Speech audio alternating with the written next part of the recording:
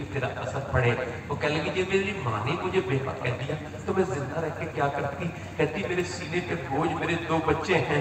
اللہ اکبر. ذرا توجہ کریں, معاشرے میں نوجوان لڑکا کوئی بیٹھا ہو جس کی شادی نہیں ہوئی تو دیکھو اگر کوئی بیوہ عورت ہو نا جس کے بچے بھی ہوں تو میرا دل یہ کہتا ہے کہ ایسا کرنا کہ ان دونوں بچوں کے سر پہ ہاتھ رکھ دینا, اس بیوہ کا ہاتھ پکڑ لینا. اگر پوری دنیا تجھ سے ناراض ہو جائے تو ہو جانے دینا, مگر میرا رب تجھ سے راضی ہو جائے گا.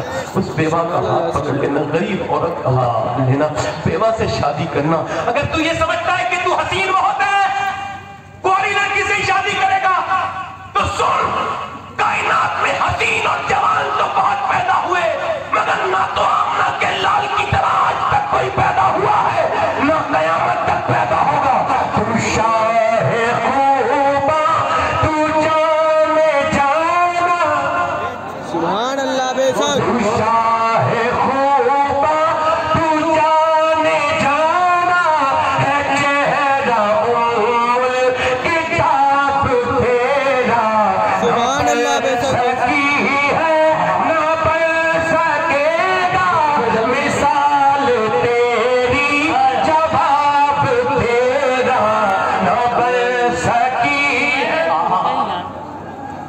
سبحان اللہ. حضور بیوہ کے در گئے, اور شادی ہو گئی میرے حضور کی. سبحان اللہ بولو نا. سیدہ خدیجہ کے ساتھ شادی ہو گئی.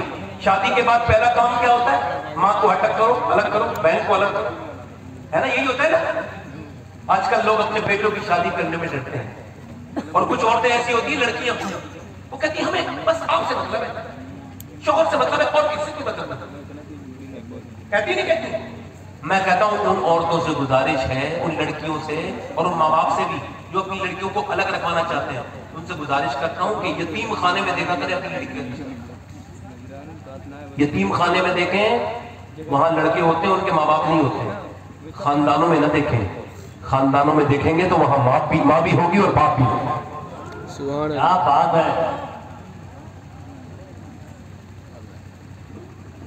میرے نبی کی شادی ہو گئی, حضور کی والدہ کہتی میرا دل چاہا جاؤں میں اپنے بیٹے کو دیکھنے. حضور کی والدہ تو ہے نہیں. ابھی میں حضور کی والدہ کی قبر شریف پہ گیا, ابوا شریف, اللہ 300 کلومیٹر دور ہے مدینے سے.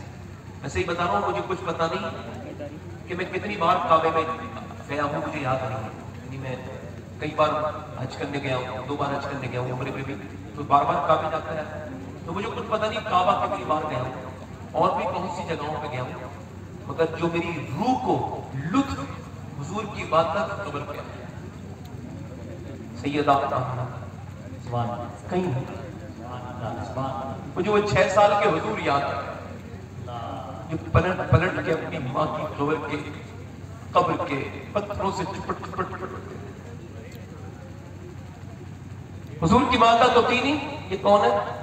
یہ کہتی ہے میرا دل جہاں میں اپنے بیٹے سے ملنے کے جاؤں. پھر میرے دل نے کہا نہیں, وہ اب بڑی عورت کا شوہر بن گیا, بڑا آدمی بن گئے, اب وہ تجھ سے کہاں بات کریں گے. کہتی نہیں, پھر میرے دل میں خیال ہے حلیمہ نا, وہ تو بچپن میں بھی کریم تھے, وہ تو اب بھی کریم ہی ہوں گے. کہتی میں گئی, میں جا کر کے جب مدینہ مکے پہنچی تو میں نے دیکھا میرا بیٹا مجھے دیکھ کے کھڑا ہو گیا, اور میرے بیٹے نے اپنی چادر اوپر کو بچھائی. اللہ اکبر. کہتی ہے مجھے اوپر بٹھا لا. اللہ اکبر. میرے نبی نے ایسا کیوں کیا؟ نوجوانوں سنو, اس وجہ سے میرے نبی دنیا کو یہ بتانا چاہتے تھے کہ اگر تم یہ چاہتے ہو کہ تمہاری بیویاں تمہارے ماں باپ کی عزت کرے, تو تم اپنی بیویوں کے سامنے پہلے اپنے ماں باپ کی عزت کرنا سیکھو. سبحان اللہ, سبحان اللہ.